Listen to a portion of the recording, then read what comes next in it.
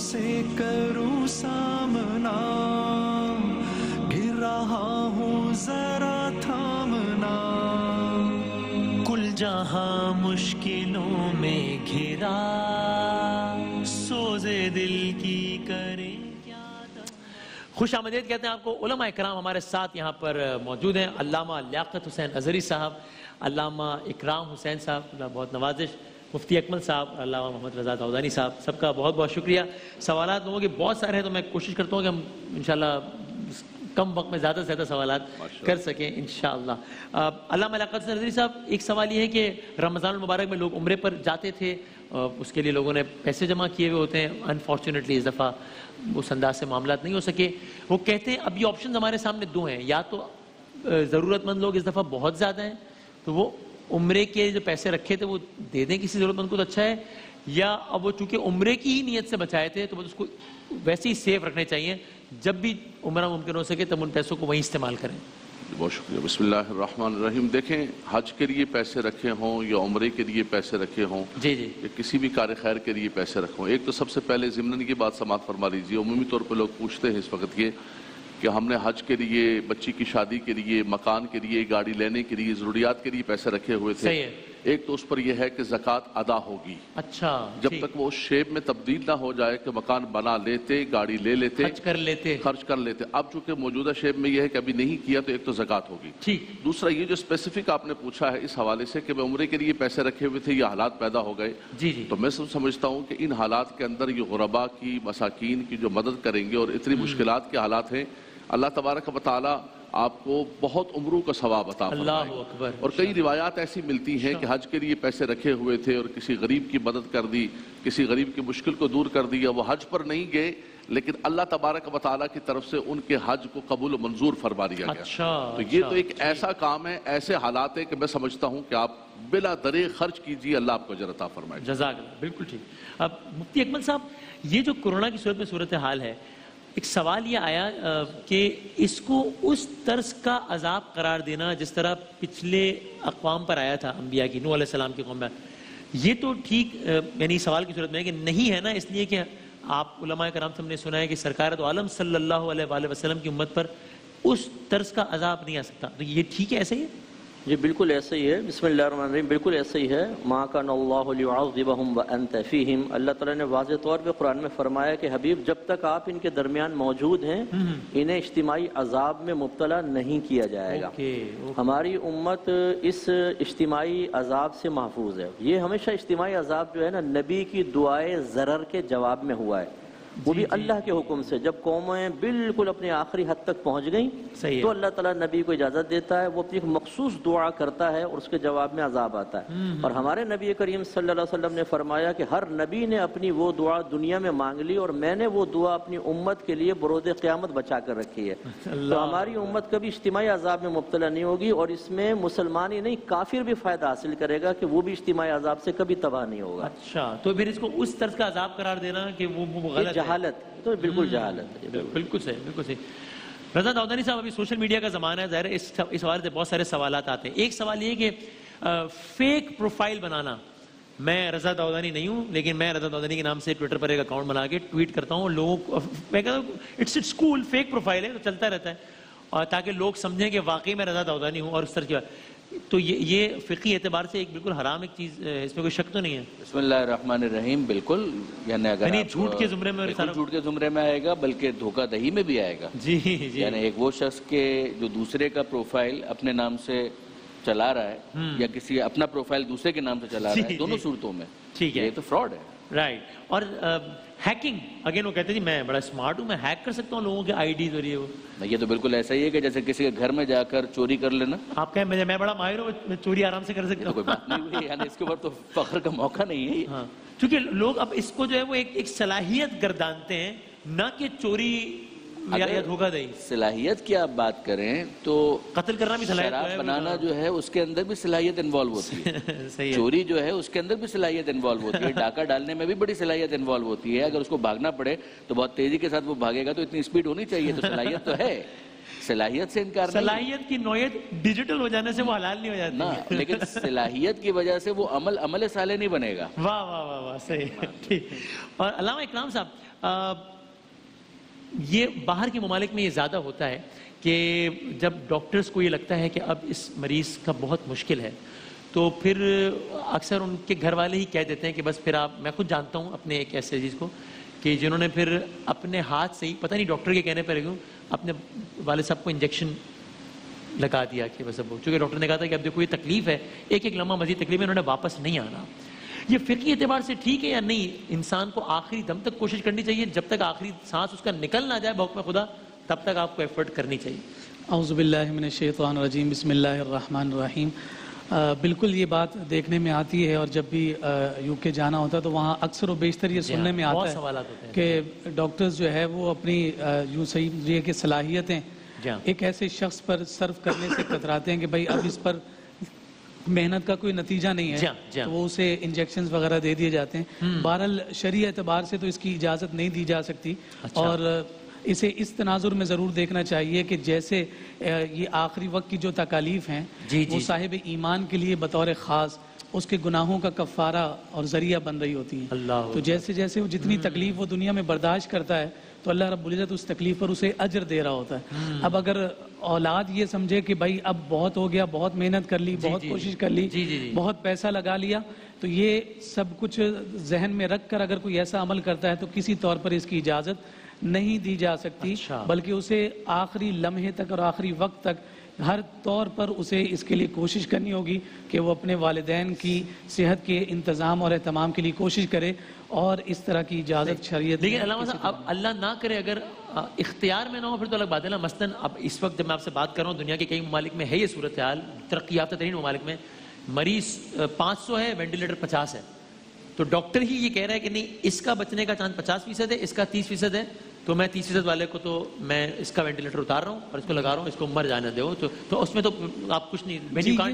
جی یہ تو ان ڈاکٹرز پر پھر انحصار ہوگا، منحصر ہوگا. اب ظاہر سی بات ہے کہ آپ کے پاس جس قدر زیادہ لوازمات اور معاملات ہوں گے وہ میڈیکیشن کے اعتبار سے آپ اسی حوالے سے آگے چل رہے ہوتے ہیں. کسے پریورٹی دینی ہے کسے نہیں دینی تو یہ پھر میڈیکل بورڈ ہی اس کا کوئی فیصلہ کرتا ہے، اور اس میں پھر طبی ڈاکٹرز کی رائے کا احترام کرنا چاہیے اس میں. صحیح. علامہ لیاقت میں جادو ہوتا ہے، وہ کہہ رہے ہیں سوال آیا معصومانہ کہ یہ کالا جادو کیا ہوتا ہے؟ جادو اور کالے جادو میں کیا فرق ہے علامہ صاحب، یہ بتائیں ذرا. اس کا میں سمجھتا ہوں مفتی اکمل صاحب بہت اچھے جواب دیں گے. اچھا، بسم اللہ الرحمن الرحیم. دیکھیں جادو تو برحق ہے، جادو کا ذکر تو قرآن مجید فرقان حمید کے اندر خود آیا ہے، جادو برحق ہے. لیکن یہ جو ہمارے ہاں ایک تصور کیا جاتا ہے کہ کسی کے سر میں بھی درد ہو گیا، کسی کے دل گھبرانے لگ گیا، یا مجھے لگ رہا ہے کسی نے کرا دیا، کسی نے کچھ کرا دیا، یعنی ایسا لگتا ہے کہ دنیا ساری فارغ بیٹھی ہوئی ہے اور وہ آپ کے اوپر کرا رہی ہے. ہمارا ایک سادہ سے ایک دیہاتی گجر بندہ تھا، اس کے پاس ایک بندہ آیا کہنے لگا جی کہ میرا دل گھبرا رہا ہے تو مجھے لگتا ہے کسی نے کچھ کرا دیا. تو مجھے وہ کہنے لگا کہ علامہ صاحب، زبان میں کہنے لگا علامہ صاحب اس کا کور دے میرا کور ہے کیا ہے کہ ہمارا کوئی کراوے کو. کہنے لگا اس کے پاس اور میرے پاس کیا ہے کوئی کچھ کرائے گا. یعنی دنیا ساری یہ لگتا ہے کہ جو ہے وہ جادو کرا رہا ہے، فلاں کرا رہا ہے. جادو برحق ہے اور اس کا سب سے دیکھیں سب سے بڑھ کر یہ ہے آقا دو جہاں صلی اللہ علیہ وسلم پر خود بھی یہودیوں نے جادو کرایا، لیکن حضور صلی اللہ علیہ وسلم کے قلب انور پر اس کے اثرات نہیں ہوئے. اس کا اللہ تبارک و تعالیٰ نے ہمیں قرآن عطا فرمایا، وَنُنَزِّلُ مِنَ الْقُرْآنِ مَا هُوَ شِفَاءٌ وَرَحْمَةٌ لِّلْمُؤْمِنِينَ. میں نے گزشتہ پروگرام کے اندر بھی ذکر کیا تھا جب آپ نے یہ سوال پوچھا تھا کہ آقا دو جہاں صلی اللہ علیہ وسلم کا اپنا یہ معمول تھا. ام المؤمنین سیدہ عائشہ رضی اللہ تعالیٰ عنہ فرماتی ہے کہ حضور بستر پر تشریف لے جاتے تو سورہ اخلاص، سورہ فلق اور سورہ ناس پڑھ کے اپنے ہاتھوں پہ پھونکتے اور پورے جسم پر ہاتھوں کو پھیرتے تھے. اچھا، دوسری بار بھی، تیسری بار ثلاث مرات. تو ایک بندہ مومن، یعنی ہم نے یہ گمان کر لیا. اچھا اس میں ایک اور تصور بھی ہے کہ بھائی کالا ہے، کالے کا ہمیں کالے سے کاٹ کرنا پڑے گا. یہ تو ہونے، یعنی نعوذ باللہ من ذالک، اللہ کا کلام بے اثر ہو گیا، کلام الہی کے اندر کوئی طاقت نہیں رہی، اور یہ جادوگروں کا کلام جو ہے یہ زیادہ طاقتور ہو گیا. یہ تو آپ کا ایمان بھی خراب ہو رہا ہے. اب اللہ تبارک و تعالیٰ کے کلام کو کمزور سمجھ رہے ہیں، یہ بالکل جاہلانہ، اور یہ ان جادوگروں نے پھیلایا ہوا ہے کیونکہ ان کو پتا ہے کہ ہماری دکانیں نہیں چلیں گی. دوسرا ایگزامنر کہوں گا، یہ بھی لوگوں کو نفسیاتی کیا جاتا ہے. کسی کے پاس بھی آپ چلے جائیں، وہ جا کے آپ کا حساب کرے، ہاتھ دیکھے، فلاں دیکھے، بولے بہت گندا ہو گیا، بہت کالا ہو گیا، کیونکہ اس کو پتا ہے کہ اگر یہ نہیں کہا تو یہ وسیم بدامی نے اگلی مرتبہ تو آنا نہیں میرے پاس. اس کو پکڑنے کے لیے، دکان کو زندہ رکھنے کے لیے، چلانے کے لیے اس کو نفسیاتی طور پر اتنا کر دو. کہتے ہیں بس مجھ سے نہ پوچھو کہ کیا ہوتا ہے، کہ پھر بندہ اور پوچھے گا نہیں، خدا کا واسطہ مجھے بتائیں کہ کیا ہوا ہے. کس نے کیا ہے بس چھوڑ دیں بس. یہ تو اقرار بھائی کو زیادہ تجربات ہے، یہ رات جا رہے ہوتے ہیں اور کر رہے ہوتے ہیں. تو یہ اتنا بڑا ڈرامہ ہے ہمارے معاشرے کا، اتنا بڑا ڈرامہ ہے. اور میں سمجھتا ہوں کہ آپ جہاد کر رہے ہیں، اقرار الحسن جہاد کر رہے ہیں، ہم سب اس جہاد کے اندر آپ کے ساتھ ہیں. کوئی بھی کومنٹس لینا ہو، کوئی لینا ہو، یہ بالکل غلط ہے. اس نے آدھی ہماری قوم کو نفسیاتی کر دیا اور تباہ و برباد کر دیا. اللہ کا کلام موجود ہے، قرآن پڑھے، رب تبارک و تعالیٰ سب کچھ ختم فرما دے. انشاءاللہ. مفتی اکمل صاحب، یعنی دیکھیے ایک طرف جب یہ بھی کہہ رہے ہیں کہ بہرحال برحق تو ہے، تو پھر اس کا اندر ایگزسٹ تو کرتا ہے، تو اب اگر کسی کو کچھ ہوا ہے تو وہ کیسے پتہ چلے کہ یہ بھائی میرا نفسیاتی مسئلہ ہے یا ایک زندگی ہے تو مشکلات آئیں گی، اٹ از جسٹ دیٹ، یا پھر جادو؟ پتہ کیسے چلے گا؟ دیکھیں حتمی طور پہ تو کوئی بھی نہیں جان سکتا، کیونکہ بتانے والی ذات اللہ تعالیٰ کی ہے، وہ عالم الغیب ہے، یا اس کے وحی کے ذریعے انبیاء علیہ السلام بتاتے ہیں. اس کے بعد صرف ظنون ہے، یعنی گمان. تو اگر کوئی اپنے گمان کی بیس پر، مثال کے طور پہ آپ بالکل صحت مند ہیں، ڈاکٹر سے چیک اپ کروایا، تمام رپورٹس بالکل پازیٹیو آئی ہیں، یعنی پازیٹیو اس اعتبار سے نیگیٹو آئی ہیں، ہاں آپ کے فیور میں آئی ہیں، کوئی بیماری نہیں ہے، لیکن اس کے باوجود پھر طبیعت ڈل ہو رہی ہے، پھر اس کے باوجود انسان کی صحت ختم ہو رہی ہے، تو یہ تھوڑا سا اشارہ حاصل ہو سکتا ہے. اور اس میں پھر اپنا وہ ذائچہ اس نے، یا جو بھی اس نے اپنے روحانی علم کے ذریعے ضمنی طور پہ جانا کہ ہاں تھوڑا سا اشارہ مل رہا ہے، کوئی ایسی چیز ہے، تو اس کو بنیاد بنا کر علاج کی کوشش کرنے میں حرج نہیں ہے. اچھا، حضرت بھی اس کو منع نہیں کر رہے ہیں کہ جو عامل ایسا ہو جو یہ کہے کہ بھئی میں قطعی طور پہ نہیں کہہ رہا ہوں کہ آپ پر ہے، لگ رہے ہیں سمٹمز کچھ ایسی ہیں تو میں اپنی طور پہ کوشش کرتا ہوں. پتہ کیسے چلے اس میں حقیقی عامل کون ہے اور دکان کون چلا ہے؟ بس حقیقی، اور اس کا بھی دیکھیں تو یہ بھی غیبی معاملہ ہے. لیکن جو شخص جدائی کے تعویذات نہ دے، بڑی بڑی باتیں نہ کرے، اپنے بارے میں بڑے بڑے دعوے نہ کرے، تمام معاملہ اللہ کے سپرد رکھے، سامنے والے کو نماز کی تلقین کرے، اسے گناہوں سے بچنے کی تلقین کرے، اور اسے اللہ کی آزمائش کا تصور بھی دے کہ بھئی ہر چیز جادو ٹونا نہیں ہوتا، اس کے باوجود میں بھی آپ کو تھوڑا دے دیتا ہوں. یہ اچھے لوگ ہوتے ہیں، یہ شریعت سے ہٹا نہیں رہے، اللہ سے نہیں ہٹا رہے، اس کے راستے سے نہیں ہٹا رہے. اور جو بڑے بڑے دعوے کرے، محبوب آپ کے قدموں میں. میں اکثر کہتا ہوں وہ کہاں گئے جو پھونکے مار مار کے سب کا علاج کر رہے تھے؟ وہ کہاں لاؤ نا کرونا وائرس کا علاج کرو. وہ خود جا کے گھس گئے اپنے کمروں کے اندر، انہیں پکڑو، انہیں لے کر آؤ، بولو کرو علاج یہاں پر کھڑے ہو. محبوب تو قدموں میں، کرونا قدموں میں لے کر آؤ، اس کو کہو کرونا ہاتھ جوڑے کہہ رہا ہوں حضور میں جا رہا ہوں یہاں سے. تو اب وہ کوئی بھی نہیں ہے. اور ہماری قوم ایسی بے وقوف ہے کہ ابھی ان کو نہیں ٹچ کرے گی، لیکن اس کے بعد پھر ان کے پاس پہنچ جائے گی کہ حضور ہماری بلائیں دور کریں. تو اصل مشکل کشا اللہ تبارک و تعالیٰ کی ذات ہے. اس نے وسائل ضرور قائم کیے ہیں، تو جو اچھا وسیلہ آپ کو نظر آئے، جو شریعت کے قریب ہے، وہ ٹھیک ہے، اس سے علاج کروائیں. تو ایک آپ سے یہ پوچھنے والے میرے بتا دیں، یہ کالا جادو مفتی اکمل صاحب خالی ایک ہمیں بتا دیں کہ کالا جادو ہوتا ہے تو کوئی سفید جادو بھی ہوتا ہے، مطلب یہ کیا ہوتا ہے؟ جو گندے قسم کے عملیات ہوتے ہیں نا، جس میں گندگی میں انوالو ہونا ہو، اچھا، اس کو کالا جادو سے تعبیر کر دیتے ہیں. اس میں کلمات کفر ہیں، شرکیاں ہیں، پھر گندگی کھانا ہے، گندگی کے اندر رہنا ہے. جو جادوگر یہ گندے سفلی علم بھی کہتے ہیں اس کو، صحیح ہے، عملیات وغیرہ، یہ جب مرتے ہیں نا تو ان کی لاش دیکھنے والی ہوتی ہے. اللہ، کیونکہ کافر ہو چکے ہوتے ہیں، یہ اتنی بدترین ہوتی ہے کہ کچھ انتہا نہیں. تو اس لیے یہ کرنا تو ہے ہی غلط اور کفر تک لے جائے گا. جو کرواتا ہے کالا جادو وغیرہ، یہ بھی کافر ہو جائے گا، اس کو کلمہ پڑھنا پڑے گا دوبارہ، کیونکہ شرکیہ کلمات کے بغیر نہیں ہو سکتا. اچھا. رضا داؤدانی صاحب، عمومی طور پر کوئی ایسی چیز ہے کہ مطلب ماؤں کو اپنے بچوں کے حوالے سے ڈر لگتا ہے، لوگوں کو اپنے حوالے سے ڈر لگتا ہے، تو کوئی بھی ایسی مثلا کیا معوذتین یا کوئی بھی اس طرح کی صورت ہے کہ جادو کے اثر سے بچنے کے لیے، شر سے بچنے کے لیے بالعموم آپ یہ پڑھیں تو محفوظ رہیں گے انشاءاللہ، ایسا ہے؟ بسم اللہ الرحمن الرحیم. بنیادی طور پر جیسا کہ بزرگان نے ارشاد فرمایا، میں سیکنڈ کروں گا، اور ساتھ ہی ساتھ جو آپ نے پوچھا ہے اس کے حوالے سے 2-4 باتیں اور گزارش کروں گا. آیت الکرسی ہے، معوذتین ہے، سورہ فلق، سورہ ناس، ان کی تلاوت کثرت کے ساتھ کرنا یہ بہت اچھا ہے. مگر میں آپ کی خدمت میں عرض کروں، سورہ فاتحہ، خود سورہ فاتحہ اپنی جگہ پر بہت امپورٹنٹ ہے. اس طرح سے اور بہت ساری چیزیں ہیں کہ جن کو بیان کیا گیا. لیکن ایک بات، ایک اصول، ایک لاجک اگر آپ دیکھیں کہ اگر کوئی آپ پر حملہ کرتا ہے آپ کیا کریں گے؟ اگر فرض کیجئے یہاں پر کوئی آئے اور آپ پر پتھر مارے تو آپ کیا کریں؟ کوشش کریں گے. کیوں؟ اس لیے کہ آپ کے پاس ہاتھ موجود ہے، ان ہاتھوں میں خدا نے طاقت دی ہے، آپ اپنی آنکھوں سے دیکھ رہے ہیں کہ یہ حملہ آور ہے، تو جتنی طاقت آپ کی ہے اس کے مطابق آپ نے اپنے آپ کو ڈیفینڈ کیا. جس وقت آپ ڈیفینڈ کر بھی رہے تھے نا، جیسے کہ مفتی صاحب نے ارشاد فرمایا کہ اصل ذات تو پروردگار کی ہے نا، تو اس موقع پر بھی آپ کا دل میں عقیدہ کہیں نہ کہیں لاشعوری طور پر یہ ہونا چاہیے کہ یہ طاقت سب دی ہوئی پروردگار کی ہے، چونکہ اس نے میری ذمہ داری لگائی ہے کہ میں اپنا دفاع کروں، لہذا میں اپنا دفاع کر رہا ہوں۔ اب میں آپ سے ایک دوسرا سینیریو آپ کے سامنے رکھتا ہوں کہ کوئی ایسی جگہ سے آپ پر حملہ آور ہو رہا ہے کہ جس کو آپ دیکھ ہی نہیں رہے، تو اب آپ کیا کریں گے؟ ظاہر ہے کہ ایک فزیکل ڈیفنس جو آپ کر سکتے تھے آپ کی نظروں کے سامنے ہوتا تو آپ کر لیتے،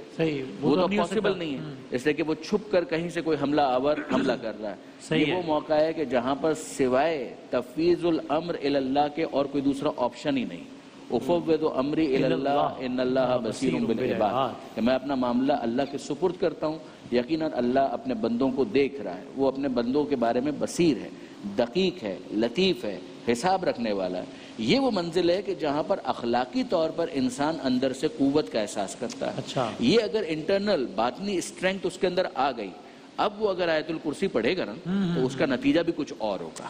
اب جب وہ سورہ فلق اور سورہ ناس پڑھے گا اس کا انداز بھی کچھ اور ہوگا۔ اب اس کے بعد اس کو گھبرانا نہیں ہے، اس لیے کہ جو چھپ کر وار کر رہا تھا آپ نے اس کو اس کے حوالے کیا ہوا ہے کہ جو غیب الغیوب ہے، اور وہ اس طرح سے معاملہ کر سکتا ہے کہ کہیں پر بھی چھپا ہوا ہو، اس سے کوئی چھپا ہوا نہیں۔ عالم الغیب والشہادہ وینبئکم بما کنتم تعملون۔ کیا کہنا ہے اس پر؟ آپ بھی گفتگو اس پہ